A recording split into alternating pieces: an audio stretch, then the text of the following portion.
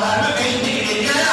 میں نے حضرت محمد مصطفیٰ صلی اللہ علیہ وسلم سے سنا ہے کہ جو بازار میں آ کر چوتھا کلمہ پڑھ لے گا 10 لاکھ نیکیاں ملیں گی, 10 لاکھ گناہ معاف ہوں گے, 10 لاکھ درجے جنت میں بلند ہوں گے. جنت میں اللہ تعالیٰ اس کو مہر عطا فرمائیں گے. میں بازار میں دنیا کے لیے نہیں آیا, میں بازار میں ثواب کے لیے آیا. وہ بازار میں بھی ثواب کے لیے جاتے تھے اور ہم مسجد میں بھی ثواب کے لیے نہیں آتے. ہم مسجد میں بھی ثواب کے لیے نہیں آتے, ہم تو